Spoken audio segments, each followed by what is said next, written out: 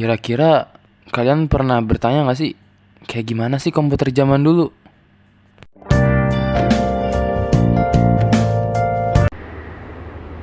Assalamualaikum warahmatullahi wabarakatuh. Selamat pagi, siang, atau malam.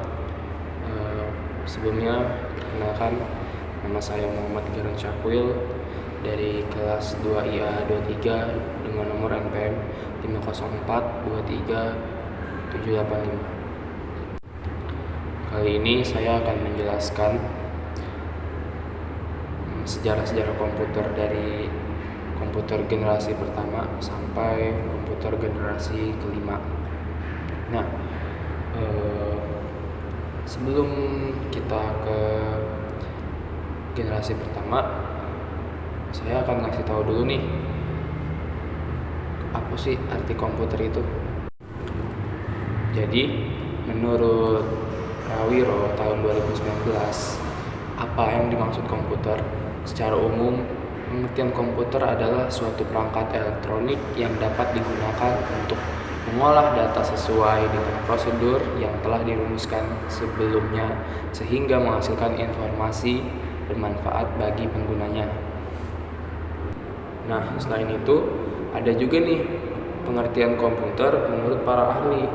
Yang pertama nih, ada Robert H. Bismer. Menurut Robert H. Bismer, pengertian komputer adalah suatu alat elektronik yang mampu melakukan beberapa tugas, yaitu menerima input, memproses input sesuai dengan instruksi yang diberikan, menyimpan perintah-perintah dan hasil pengolahannya, serta menyediakan output dalam bentuk informasi. Sebenarnya masih banyak lagi ya pengertian komputer menurut para banyak ahli. Cuman agar gak kelamaan, kita langsung aja nih ke sejarah dari komputer dari generasi pertama ke komputer generasi kelima atau sekarang. Oke, kita mulai dulu dari komputer generasi pertama di tahun 1946 sampai 1959. Sejarah komputer generasi pertama, yaitu digital elektronik atau bisa disebut dengan ENIAC, Electronic Numerical Integrator and Calculator, merupakan salah satu yang digunakan sebagai kebutuhan umum. Program pada ENIAC sudah dirancang pada tahun 1942 dan baru mulai dikerjakan pada tahun 1943 oleh John Presper Eckert dan Dr. John William Mangley, seorang fisikawan di Moore School of Electrical Engineering, University of Pennsylvania, dan selesai pada tahun 1946. Bentuk program ENIAC berukuran sangat besar. Dalam penempatan program tersebut membutuhkan ruang sebesar 500 meter persegi. Jadi nih, ENIAC ini dia memakai 18.000 tabung hampa udara serta 75.000 relay dan saklar, 10.000 kapasitor dan menggunakan 70.000 resistor. Jadi kebayang ya, kalau satu komputer ini nih membutuhkan 500 meter persegi gitu buat satu komputer doang ya, karena dari komponennya aja udah banyak. Nah, komputer generasi pertama ini mempunyai kelebihan. Awalnya mulainya sejarah dalam perkembangan teknologi komputer, terus dia itu sebagai alat perang dan alat jualan, lalu ada kinerja relatif terbaik pada saatnya. Terus kekurangan dari komputer generasi keempat itu membutuhkan ruangan yang sangat besar, membutuhkan listrik yang sangat banyak, rentan kesalahan, dan biayanya tuh tinggi. Nah, kita lanjut ke sejarah komputer generasi kedua di tahun 1959 sampai 1964. Di komputer generasi kedua ini, jadi dia ada perubahan dalam penemuan penting yang terjadi di generasi kedua, yaitu transistor, alat canggih yang mampu memaksimalkan kinerja komputer hanya dengan ukuran sangat kecil. Penemuan alat ini mampu mempengaruhi perkembangan komputer pada generasi kedua dengan cepat. Lebih tepatnya tadi 1959 sampai 1960-an. Para ilmuwan memulai menggarap komputer generasi kedua. Nah, kelebihannya apa sih dari komputer generasi kedua? Kalau kelebihannya itu lebih cepat dari, udah pasti ya, lebih cepat dari generasi sebelumnya, lalu ukurannya lebih kecil, sama konsumsi energi lebih efisien. Tapi ada kekurangannya juga. Kekurangannya itu keterbatasan penyimpanan, lalu rumitnya perawatan komputer. Jadi kita lanjut ke komputer generasi ketiga. Jadi komputer generasi ketiga adalah perkembangan yang melalui tahap yang sangat pesat dari perkembangan komputer yang ada. Komputer generasi ketiga ini muncul sejak era 1964 sampai 1970. Komputer generasi ketiga ini nih udah masuk era mikroelektronik sebagai pengganti dari transistor.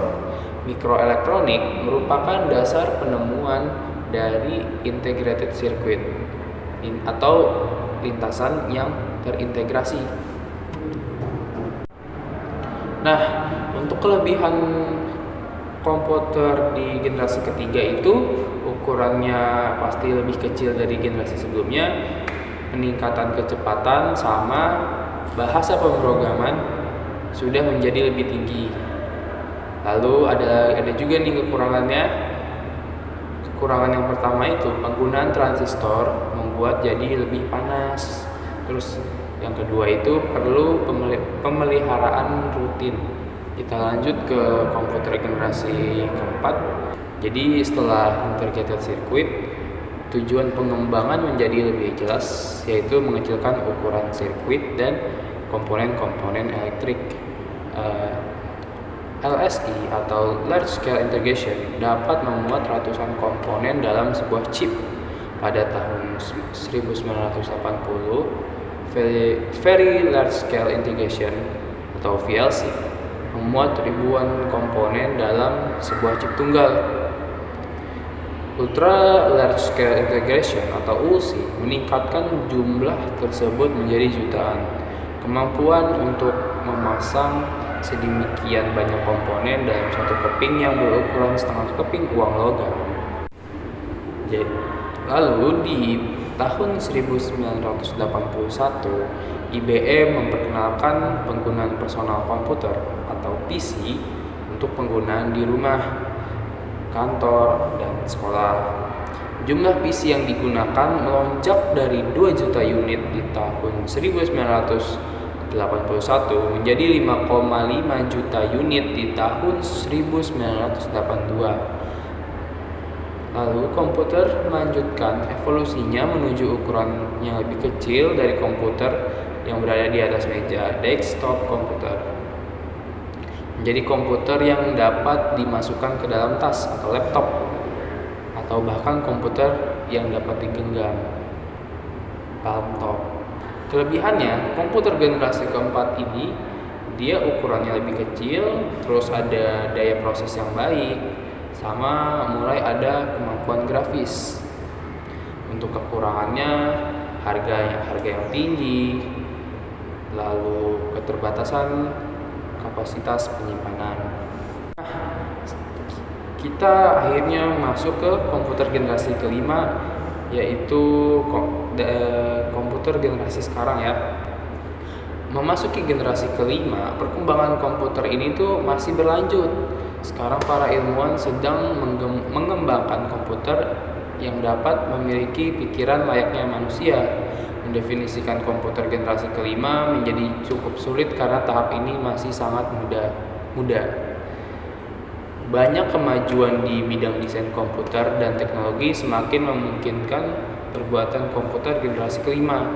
Dua kemajuan rekayasa yang terutama adalah kemampuan pemrosesan paralel yang akan menggantikan model non-Newman. Model non-Newman akan digantikan dengan sistem yang mampu mengkoordinasikan banyak CPU untuk bekerja secara serempak. Kemajuan lain adalah teknologi superkonduktor yang memungkinkan aliran elektrik tanpa ada hambatan apapun, yang nantinya dapat mempercepat kecepatan informasi. Nah, itu dia tentang sejarah komputer generasi pertama sampai komputer generasi kelima dengan kelebihan dan kekurangannya masing-masing. Sekian dari saya. Jika saya membuat kesalahan atau kekeliruan dalam menjelaskan, mohon dikoreksi. Dan jika menurut kalian video ini bermanfaat, jangan lupa kasih like. Oh iya, saya juga membuat video tentang paket PC. Jika kalian berkenan bisa ditonton. Ya, itu aja sih. Saya pamit undur diri. Saya mau ucapin